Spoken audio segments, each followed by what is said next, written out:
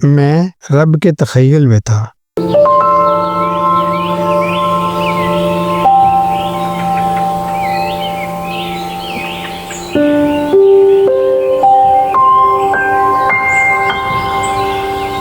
تخیل انسانی سوچ کا وہ دریچہ ہے جہاں حقیقت کا پہلا عکس اترتا ہے۔ ہر شاہکار، ہر تصور، ہر خیال اپنی پیدائش سے پہلے تخیل میں سانس لیتا ہے۔ یہ تخیل ہی ہے جو کسی بے نام خواب کو حقیقت کا نام دیتا ہے۔ مگر جب یہی بات اپنی ذات کے حوالے سے سوچی جائے تو ایک حیرت انگیز جہاں سامنے آتا ہے۔ میں اور آپ، ہم سب اس رب کائنات کے تخیل میں تھے۔ میری خوش نصیبی کی سب سے بڑی دلیل یہی ہے کہ میں کسی عام خیال کا حصہ نہیں تھا جو رب کے ذہن سے تو گزرا۔ میں کوئی اتفاقیہ وجود نہیں، میرا ہونا ایک ارادے کا نتیجہ ہے، ایک سوچ کا عکس ہے، اور وہ سوچ کسی فانی ذہن کی سوچ نہیں۔ تخیل خالق حقیقی کا تخیل تھا۔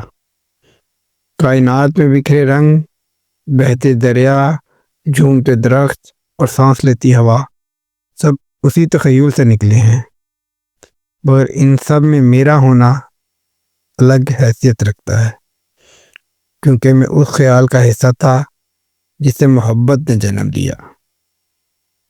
رب نے جب مجھے تخیل میں سوچا ہوگا تو شاید میری مسکراہٹ، میرے خواب، میری دعائیں، میرے آنسو سب اس تخیل میں شامل تھے۔ میری سوچیں، میری خواہشیں، میرے فیصلے، میرے راستے سب کہیں نہ کہیں اس روبانی تخیل کا عکس ہیں۔ میں سوچتا ہوں میری خوش نصیبی کا کیا کہنا کہ میں اس تخیل کا حصہ ہوں جو پہلے رب کے خیال میں تھی۔ میرے ہونے کا پہلا گواہ میرا خالق خود ہے۔ میرا ہونا کسی غلطی کا نتیجہ نہیں، یہ ایک مکمل سوچے سمجھے خیال کا حصہ ہے۔ یہ تصور کتنا حوصلہ دیتا ہے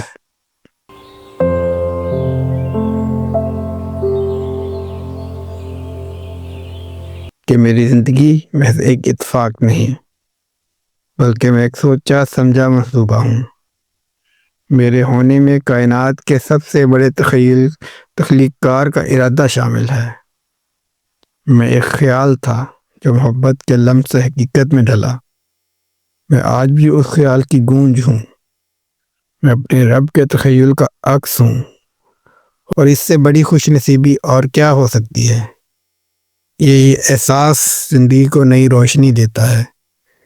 جب بھی مایوسی گھیرا ڈالے، یہ سوچ امید بن کر ساتھ کھڑی ہو جاتی ہے کہ میں بے مقصد نہیں، میں کسی عظیم سوچ کا حصہ ہوں۔ میں رب کے تخیل میں تھا، اور رب کے تخیل میں آنے والے کبھی رائیگاں نہیں جاتے۔ میں رب کے تخیل میں تھا۔